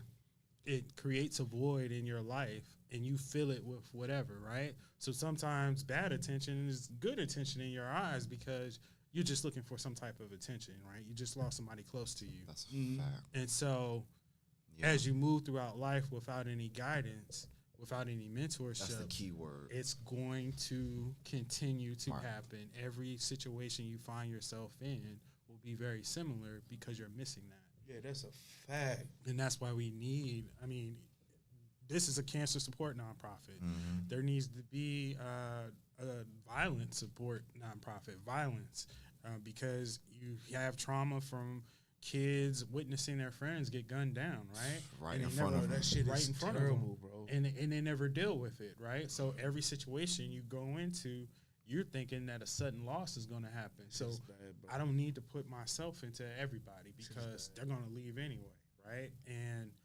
dealing with my mom's cancer, those are some of the thoughts that I had. Yeah. Is that you get really close to somebody and then boom, Yeah. they're gone, right? And then what do you do? And then it make you feel like you don't want to be cool with that person like that. Exactly. And gain right? any new Sure, it relationships make 'cause you don't want them to go. It Build make up you that feel wall. unwanted. It's crazy. It make bro. you feel like something wrong with you. Like, Yeah. dang, like I damn. developed this bond with this person. Now they Yeah, gone. now Like, they gone, what, bro. what I do wrong, Yeah. Man. Yep. right? And the psychology behind that is Especially them getting killed, bro. Especially like if they like your little bro. Like I talked about my little bro Kai. You know what I'm saying? And I was in the position he was in. He had to be out there in the street like that. You know what I'm saying? And the position he was in, and to see him, and I was trying to, I tried, bro. I tried to like stir him the right way. You know what I'm saying? But it was just, it was certain things that he was going through, and I was just like, I understand it, but like, damn, and then end up getting shot and passing away, and then it's not like he passed away like immediately, like he was a vegetable for a long time too. So to see him going, I'm just like, It's an impact. you know what I'm saying? I'm like, what did I do? You know what I'm saying? And to bring it up, like I said again, that's why sometimes you got to listen to the message, not the messenger. My nephew said one of the most profound things to me was, he found out when I found out, because I was on the phone in front of him. He was like, I just want you to know. He was like, what, like 9 at the time, something like that, 9, 8. He was like, that wasn't your fault. You did everything you were supposed to do at that time. You know what I'm saying? That was out of your control. And I needed to hear that, brother. Yeah. You know what I'm saying? Because I was a little bro, Slim. You know what I'm saying? Like, outside my dad, that's the hardest stuff I had to deal with, including with other blood family. That hurt me hard, bro. Because I seen it coming. I seen it coming, brother. Right. You know what I'm saying? You was trying to prevent it. I seen it coming. Yeah. Mentorship have helped you, though. You see what I'm saying? So if y'all realize this, my doctor and I have kind of got some scenarios going. Maryland has had the highest level of black suicides. Wow. It has risen past the whites. And we try to figure out why. Why our black population have more suicide attempts, even completions, than the white counterparts, right? And most of them is because of loss of a parent due to cancer. Some of it's loss because of the black on black violence in Maryland. Yeah. And they don't know how to handle that. And some of it's because of this unfortunate drug population that's going on here as well. So And to think about it, bro, we the know increase- multiple people who committed suicide, bro. and We it's, know multiple people, bro. think about it. We never thought that black people would be the highest to be committing suicide. It's usually the counterparts, Yeah, right? It was always that joke. It was Right? always that That's a white inside people joke thing. that black people kill themselves. Right? Yeah. But no, it's just because our feelings have been more. We hold More. everything in. We we hold everything in, and we what we do is we put it in a box and put it away. Put it in a box and put it away, That's and how don't think about it, right? Yeah, our parents' generation, they just brush off. Oh, it'd be all right. Shake it They off. just brush off. They shake it off. Mm-hmm. You know what I'm saying? That's why a lot of things are not. There's a lot of things that I feel like that everybody in the family should know about a certain, like my certain trauma that everybody don't know. And I'm like, how? That one relative that How? nobody speaks on that does bad things. And it happened in your house. Like, I'm trying to figure out how. You know what I'm saying? They just to shake it off. Because back then, you know, especially, you know, the older generations, you know, before that, they had to shake it off because nobody did care. Right. You had to shake it off. Yeah, because That's of the still some times. of the Yeah, traumas from- Jim Crow, from- slavery. Yeah, Jim Crow, Survival slavery, mode. and all that. Yeah. You had to do Survival that. mode. Yeah. And they carry that on. And I'm Yeah. like, bro, we need to stop that. We need to talk about this, bro.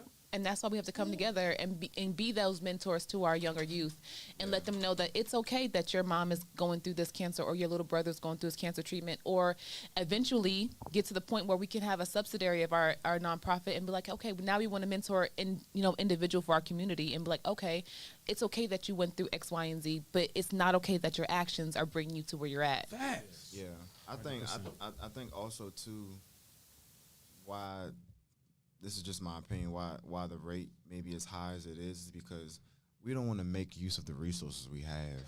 I'm not going to say that we're unable to find it or we don't know where to find it. We have smartphones. Therapy is what the problem is. It- Is that, that too, I don't right. want to talk to this person. Right, I don't right, want to let right. them know my secrets, Right. but they can't tell nobody. If you understand the thing is, when you have a therapist, they are legally bound to keep your secrets unless you're threatening to kill somebody. But then, That's a fact. And in the DMV growing up, and I realized this, we got a big lame culture. Like there's a lot of things that it's considered to be lame on this side. You know what I'm saying? And so I feel like that contributed as well. yeah, I think We mine got a too. big lame culture. And I think That lame as hell, boy. Like what you know? You know what I'm saying? it's just about opening yourself up, right? Yeah. You got to be vulnerable. In order to make change, you got to be vulnerable because it's your testimony. It's the things that you experience. It's your story. Yeah. Yeah, if you open up like that, you either lame or gay. That's crazy. That's crazy. You have to have I like empathy men for what 'cause people I'm go opening up, through. I'm hurting, but Right. Right, what the right. hell? I'm a human being. Right. I ain't thinking about no penis, bro. Right. I'm thinking about my pain in my heart. What you talking about? Right. What you talking about? It's because it's a taboo to have for black men to show that level of vulnerability, right? So a girl be like, "Oh, you're not a man enough because you cried to me." First of all, honey, Nah, if that's he's not crazy. crying to you, that's a problem. Okay, that means he got some issues, and when he come upside your head, then you gonna be like, "He loved me." What? I'll be the first one to put it out there. Like when I had my moment in Alabama, Yeah. and I felt that like all those years of just everything from my mom, the different experiences. After reflecting on my classmate's story, like I cried, Mm-hmm. 100%. Yes, sir. Too. It was a good release. It was. I mean, it just it put me on a different path that I'm on right now. I had a moment like that in the same state. It was Alabama It's bring y'all to Alabama. tears. When I went to school in Tuskegee, man, I think I had it rough and all that, bro. And I heard some of the people's stories, their child stories, and I was just like, I was like, dude, I don't want to do it like shit, bro. Are you okay, bro? Like, you know what I'm saying? 'Cause, like, you think, like, for real, you really think you going through it worse, and man, somebody do it way worse than you. And they just keeping it bottled up. Yeah, man, and the fight through and persevere again, perseverance. Persevere again through that, man. And But you're like, man, if he can do it, I can do it. Lord have mercy. But see, some of the stories. the easy thing to do in our society is play victim. Yes, sir. Everyone, see, we understand we've been victimized as a community throughout our history. Completely understand, right? We also victimize ourselves, That's a fact. Yep. That's a fact. like amongst each other, right? And we don't even really understand why. We don't understand why. Talk about it. You know what I'm saying? I don't think it's not that we don't understand why, is that we're not accepting why we're doing it. Because if we accept why we do it, then we have to actually come to the forefront and be like, oh, I'm a fucked up person, or I want to put blame on why I do what I do versus taking accountability. It's accountability no one wants to take. No one wants to accept accountability or responsibility for their actions. It's because This is hard. slavery did this to me. It's because my mama went through this Exactly. when she was younger, or vice versa. Exactly. Don't get me wrong, I didn't have a great childhood, but I would never use my childhood as a reason or as a crutch on why I do stupid stuff. It's my motive or my energy or my push to make me be better every day, because I don't want to go back to where I was when I was younger. You got Trauma to get is- to that point, though. Go ahead. Yeah, you got to get to that point in life where you're able to take that accountability. Some people get there faster than others. It's all right there in your mind. Mindset. Yeah, what she talking about, all that is dirt. When your clothes get dirty, you don't let it sit there. Exactly. When you get That's a- stains on your clothes and all that, that's a you fact. don't let it sit there. That's a fact. When you see a big old puddle of mud, you don't just walk through it. That's a fact. You know what I'm saying? Yeah.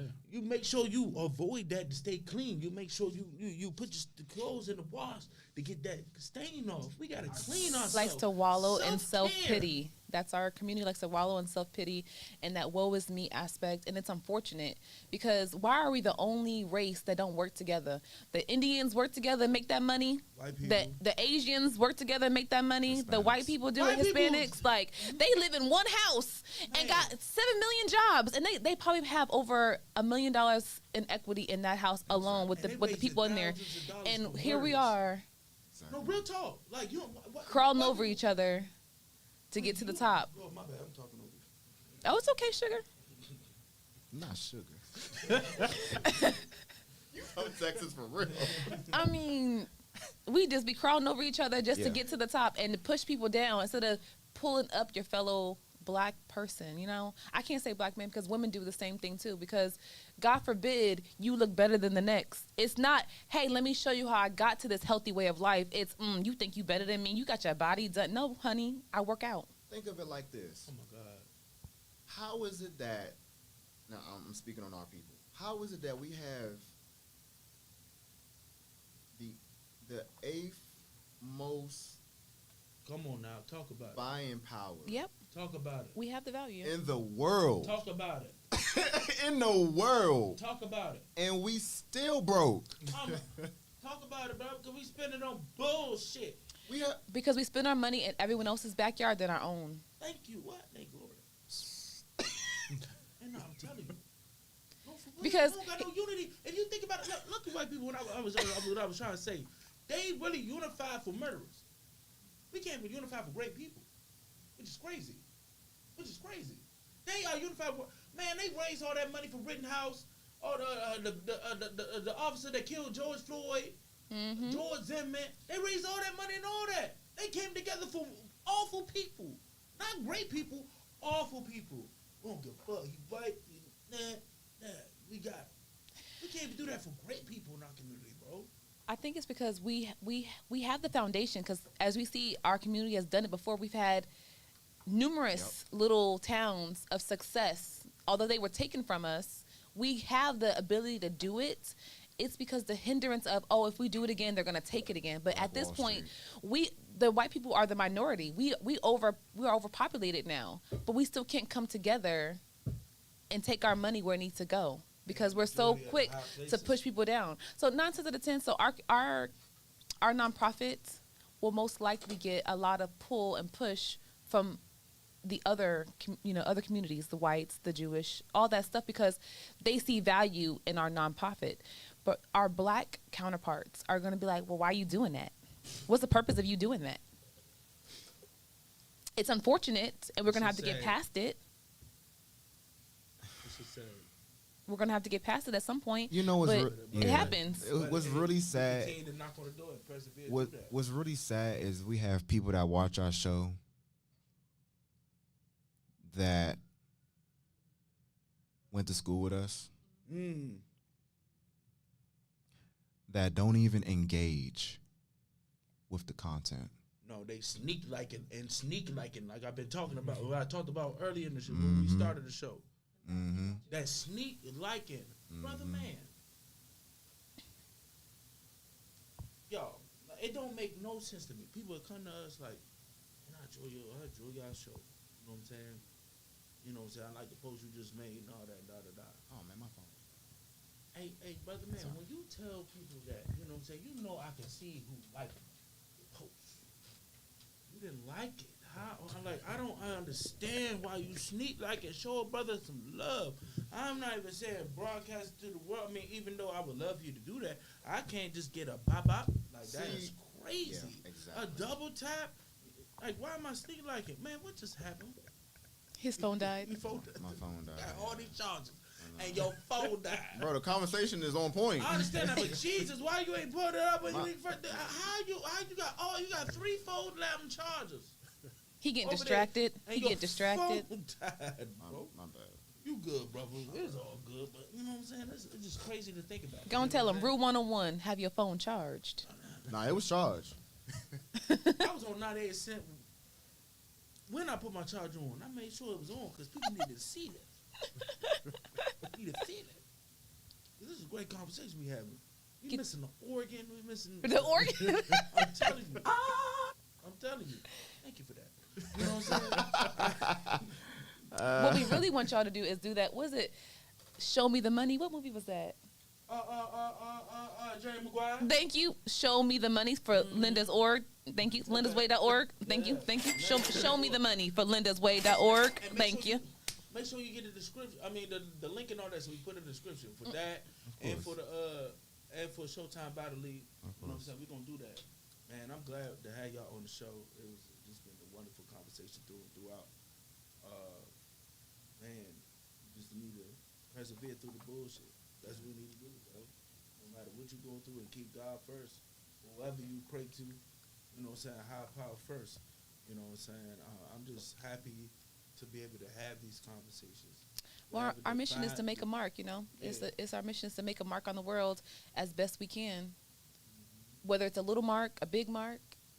Of course, we want a big mark, but baby steps. Baby steps. I'm patient enough. Are you? Crawl before you walk. Dang, I can't believe that happened. Walk before you run. It's your fault. Yeah. It's your fault. It's all good. You gonna take that L today? Yeah, like I Hey, took that L from listen, last hey, see, you know what? And that's the thing about being a man. Oh no. You know, I don't mind taking L's, right? Because to me, that's a way to learn, right? Right. I mean, what you may think is a loss, for me, it may not technically be a loss for me. It's a lesson, and I learn. Those are my L's. Anything that's not worth having in this life, for me, it's not a loss. It's a lesson. So that's how I look at an L. When people's like, "Oh man, like you don't wish you and such got back together?" Nope. Hell no. Nope. No. What? Get No. that in the past. Nope. All right. You know what I'm saying? Hey, this has been great. You know what I'm saying? Hey, I appreciate you for coming out, Romeo. I appreciate you for Michelle. Michelle. You know what I'm saying? Oh, This you're is welcome. a conversation that we need to have, networking.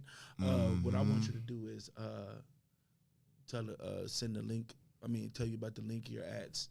What was it called again? Linda what? Lindasway.org. Lindasway.org. Okay. And your ads and your nonprofit, all that there. Say it again so the people can know. So it's www.lindasway.org. We got a lot of information on there. I also I write perspective, so I got one I'm working on right now just about the loss. Hopefully it's able to get a few people to open up and reach out. And we're just going to continue to do these community initiatives. So we got the toy drive going on right now. Toy drive. 25th of July. 25th, 25. And then we'll do celebration events at each hospital on the 30th and 31st of July. And then we'll move into future plans, cancer screening events, quilt drive for those receiving chemotherapy treatments. We're also looking at a 5K in the future, speaker series, and just branching off and just doing a number of different things. Mentorship outside of just those people who parents have cancer or have passed away of cancer, but just mentorship overall. Just from being in the military, just got a whole network of people who are willing to help out. STEM, medical, whatever you can think of. So just open to any opportunities and just looking forward to growth and building in the future. So. Any closing thoughts, Scoop? That's great. I'm going to be talking to you about that after we get off the show. That's all I know. Oh, I'll be there. I got you. Yeah, I'll be there. I will be I there. got to take off. I do it. One of my aunties is going through that now. You know what I'm saying? So I'm going to get your information, brother. And prayers to my auntie. I'm going to put her name out there because I don't know how she feel about it being broadcasted to, you know what I'm saying? So just to protect her privacy and all that. Right. Yeah, so, man, I'm just glad to have this conversation. Perseverance. We pushing P, perseverance. Thank you so much. No problem, brother. Thank you for coming on. Hey, plenty of podcasts is made, but nobody, and I mean nobody, laid down like Spade to Spades. Like, subscribe, hit the notification bell, YouTube, Instagram, Spotify, all that there. Yes, sir. Rome, thank you so much for coming on the show, bro. You're welcome anytime. Anytime you want to come back, upcoming projects you want us to be a part of, just let us know what we can do to help, and the next time we'll be there to support. Michelle, thank you for coming on the show. You're welcome. Yeah. I appreciate your contributions. Yeah. Thank y'all for coming on the show. Truly. Y'all welcome back anytime y'all want to come back. But that is all for today's show, y'all. Apologize for the live stream. Y'all, my phone died. Anyway, we'll see y'all in 2-3 weeks. 2 weeks. So we good? We good. Okay. Then. We good? All right. So we'll see y'all after the 4th. Yes, sir. Y'all enjoy the weather. Stay hydrated. Be safe. And we out. Peace. Thank y'all.